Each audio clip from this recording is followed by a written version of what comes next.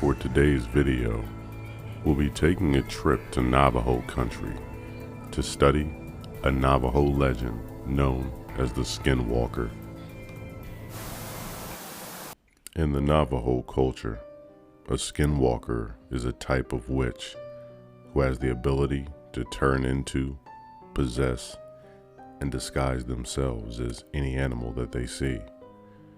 These are called naaldlooshii, which translates to "he goes on all fours." It is just one of several types of Navajo witches, but is considered the most volatile and dangerous. The Navajo believe there are places where powers are both good and evil, and those powers can be harnessed for either. Some medicine men utilize their powers to heal and aid members of their communities, while those who practice witchcraft seek the direct spiritual forces to cause harm or misfortune to others. This type of Navajo witchcraft is known as the witchery way, which uses human corpses in various ways, such as tools from the bones and consecrations they use to curse, harm, or kill their intended victims. It is said in order to become a skinwalker, he or she must be initiated by a secret society that requires only the evilest of deeds. Those that include possibly killing a family member, most often a loved sibling. After the task has been completed, the individual then acquires the supernatural powers, which gives them the ability to shapeshift into animals. Most are often seen as coyotes, wolves, foxes, cougars, dogs, and bears. But again, they can take the shape of any animal, then wear the skins of the animal they transform into. That is why they have gotten the name, the Skinwalker. It has been noted that sometimes they will wear animal skulls or antlers on top of their heads, which brings them more power. They choose which animal they wanted to turn into, and depending on the abilities needed for the particular task at hand, such as speed, strength, endurance, stealth.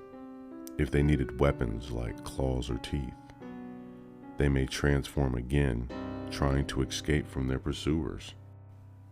Now rest assured, changing isn't the only thing they can do. The Skinwalkers are also able to possess the bodies of human victims if they can lock eyes with them for more than a moment. After taking control, the witch can take and make its victims do and say things they wouldn't normally do on their own. Now, there are ways to tell if you are dealing with a real animal or a skinwalker. Once they had completely shifted, one way to tell was that the animal, when light was shined on its eyes, they turn extremely bright red and almost glow. The other way to tell is even after they have transformed back into their human form, they still carry the eyes of the animal that they last transformed into. This has always been noted as a tall tale sign, a human still holding animal eyes. The leader of the Skinwalkers is described as an old man, but he is very powerful. He has lived many, many moons. The Skinwalkers also, with age, develop other powers, including mind reading and controlling the thoughts of their victims, behavior, causing disease and illness, and even death. In addition to being able to shapeshift, the Skinwalkers are also able to control the creatures of the night, such as wolves and owls, make them do their bidding. Some are able to call up spirits of the dead and reanimate corpses to attack their enemies. They are also said to run faster than cars and have the ability to jump off high cliffs and not hurt themselves. They are very fast and agile, impossible to catch, and leave tracks that are larger than those of any known animal. When they have been seen, they have been described as not quite human, but not fully animal either. They are usually unclothed, but some have been reported in tattered clothes, jeans, and shirts that are ripped. Those who have talked about their encounters with these creatures describe a number of ways to know if a skinwalker is near. They make sounds around homes, such as knocking on windows, banging on walls, scraping noises on the roof, and terrifying screams, and you don't know where they come from. On some occasions, they have even been seen spying into windows with the coldest red eyes that you have ever seen, terrifying their victims to the bone. They have also been seen numerous times through the headlights of cars, running beside them at night or darting out in front of them, in hopes of causing a fatal accident. I know this sounds a little out there to believe, but there are stories of the skinwalkers, numerous places. Let me share one of those with you. This is a story from the Navajo reservation. I was just a kid when this happened. My uncle and I were finishing up chopping and gathering firewood for my grandmother's house. It started to get dark, so we loaded up the last bits of firewood and we got on the road. Driving back on the dirt road, going about 35, I had an awful sense of being watched.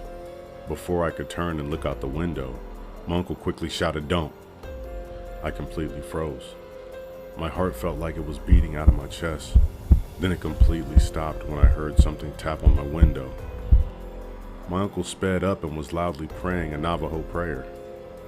I didn't know what was going on, and I thought it was over till our truck suddenly dipped from the bed. Something big had jumped in the truck. My uncle started saying, "Look at me, don't turn away. Look at me, don't turn away," over and over. Then I heard it again, the tapping at the window behind me. It was getting harder for me to breathe and I wanted to cry.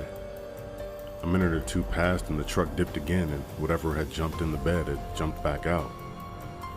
And then everything was quiet, except for the truck in the road. He looked at me and said, "In the morning, when the sun rises, I'll ask your father to do a prayer, so the evil will forget our faces and not remember us." I remember curling up in the seat and just staring at the radio, watching the time, listening to my uncle sing an old prayer, and he was terrified until we finally made it to my grandmother's house. When my uncle thought it was safe, he went home. Later that night, I called him because I'd had a nightmare about it. We talked for a bit, and he said I didn't see faces, just eyes, like brake lights you see on the road. But I know for a fact it was watching you. Before hanging up, I tried joking with him about it. "Why didn't you just step on the brake when it was in the back and thrown it over the truck?" He didn't laugh, he just paused. And he said, "Because what you didn't see is it wasn't alone." I couldn't sleep the rest of the night because I knew there was more than one, and I was terrified, as was my uncle. So that evening, I just stayed awake until my father came to my grandmother's house at daybreak and performed a prayer. And hopefully, the skinwalkers forgot what my face looked like so they wouldn't hunt me or my uncle down.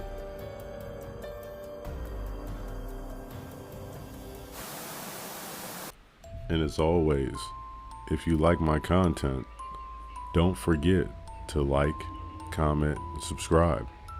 And as always, have a wonderful evening